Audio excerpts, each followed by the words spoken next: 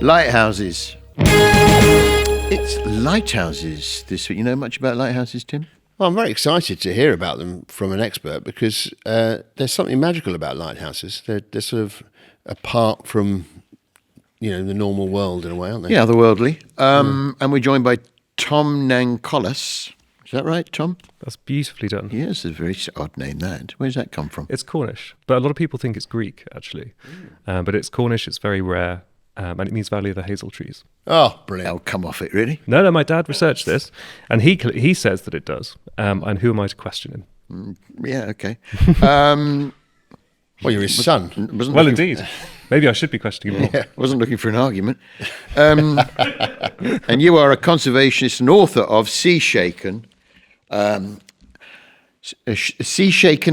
Sea Shaken Houses. A lighthouse history from Eddystone to Fastnet, and it's a Penguin book, so it's a proper book, and it says on it, a deeply personal account. The author's affection and enthusiasm shine forth vividly.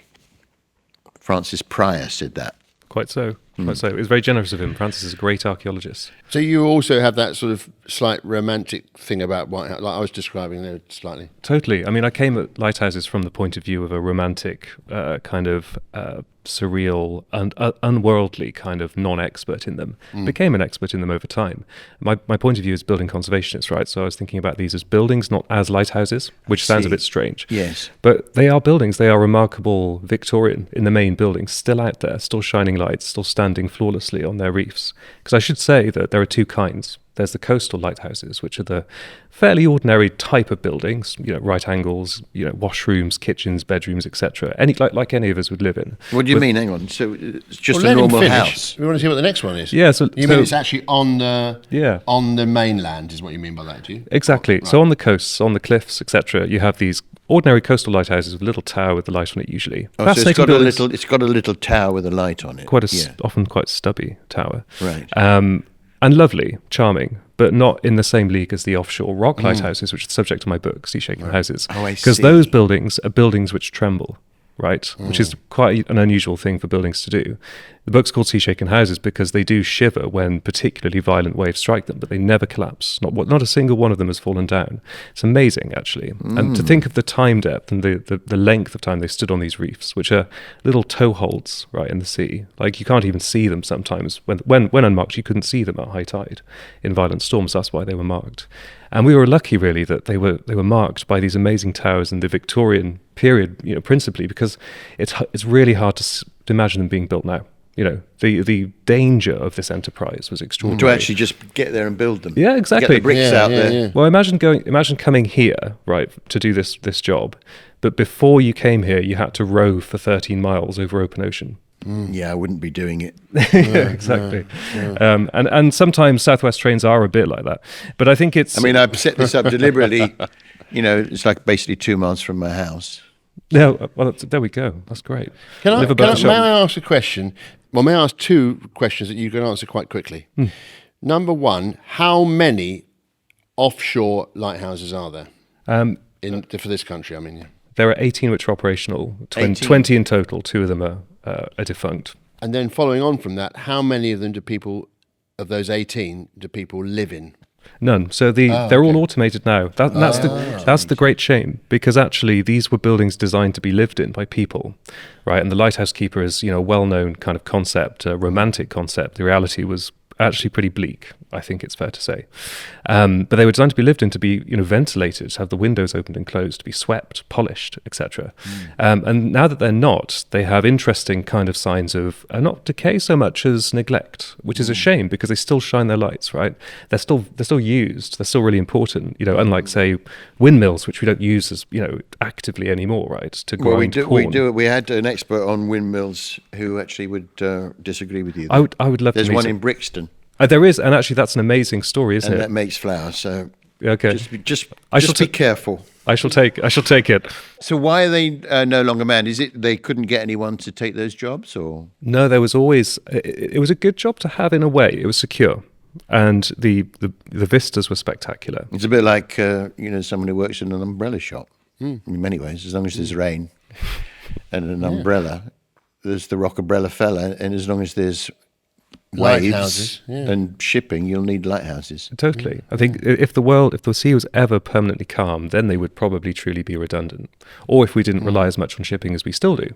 Is it that it's not calm, that it's choppy, stormy or whatever, or is it just that there are hidden? I thought it was about hidden rocks. This is it. So they're hidden rocks, but often when it's perfectly calm, you can see them. They're very obvious. Right. And actually, it's the wave motion, the storms, which create the danger because you lose your bearings in the sea quite easily. Yeah. I think by night, of course, they are vital. And I think the way to think of lighthouses like this are as fail-safes.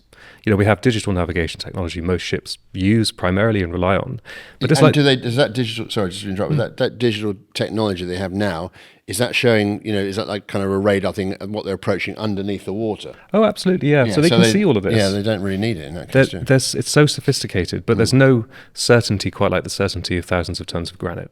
Basically, in the form of a tower telling you this is where the reef is. But we've got slightly ahead. Because I wanted to start on a very basic level with the question, what is a lighthouse? We've gone beyond that, haven't we, really?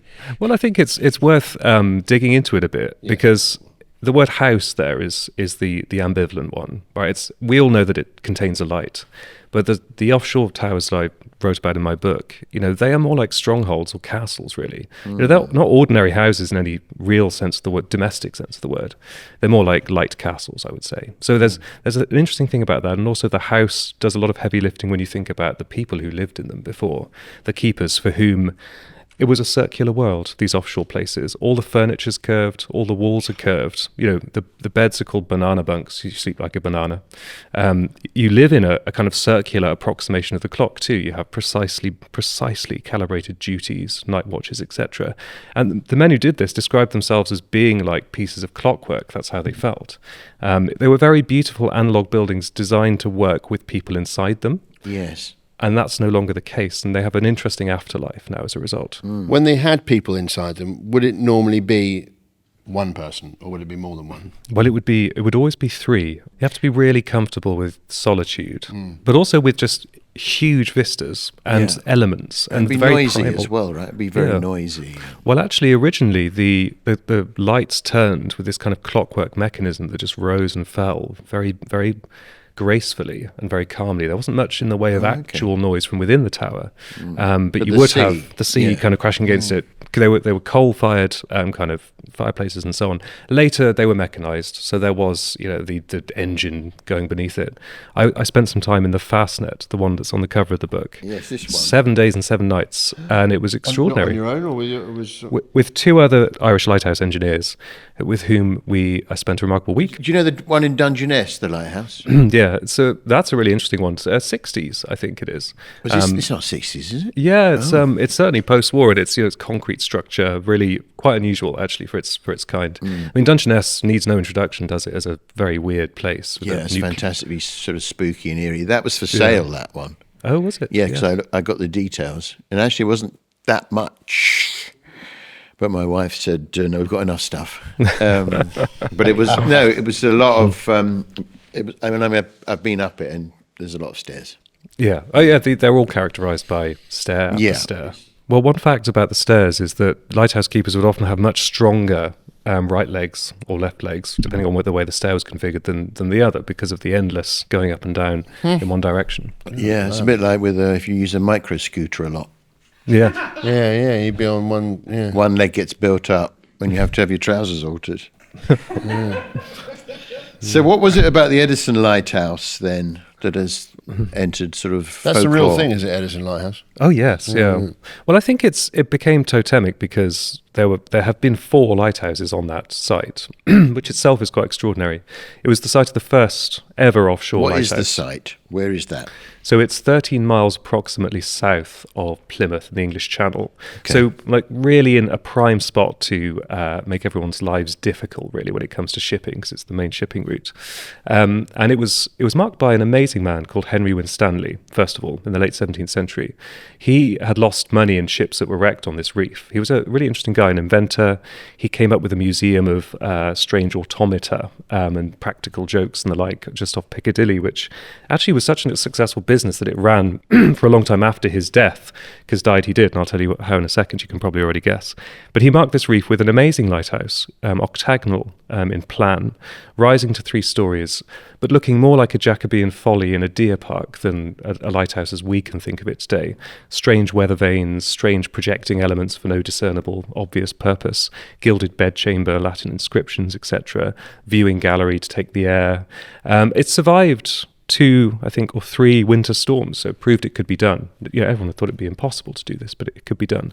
Then, sadly, in the 4th storm of its career, the Great Storm of 1703, it was swept away with Winstanley inside it. So a great shame. But and the light at that stage would have been what, a fire?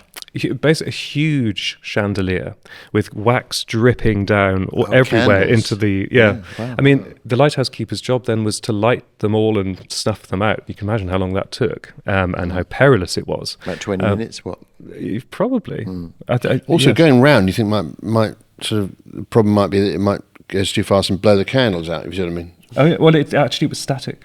Static, yeah. It wasn't spinning. It wasn't around. going round. Right. Yes. No, it was the early lights were lights that simply hung there or were displayed with no kind of Why does it go magnification. round? Because that way you can create a signature of flashes, which in turn gives each light an identity that can be discerned by seafarers. Oh, I see. It's So- not like message. It doesn't send messages, but it is as you think. Oh, that's it. That we recognise that one. That's Eddystone. Exactly. Eddystone. So, for instance, one white flash every 5 seconds, a mariner will know to be a certain lighthouse. Whereas when they're all the same, Interesting. you can't get your bearings quite in the same way at night, potentially.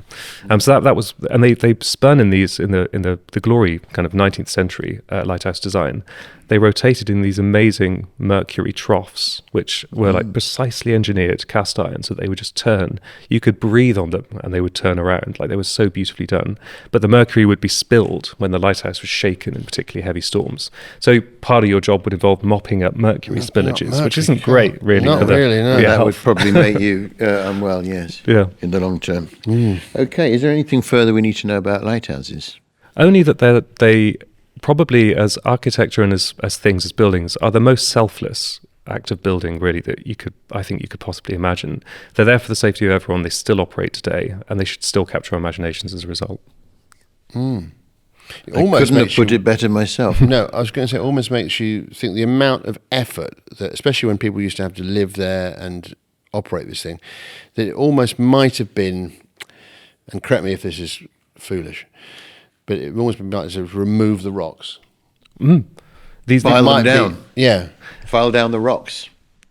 Well, I think It's that's a no-brainer. That leads us to a really interesting point, though, actually, Thank Tim, you. because if that were an option, and we have destroyed rocks of similar strength on land with dynamite and so on, Exactly. was the act of lighthouse building something more than just marking a hazard? Was it an act of, this is what we can do?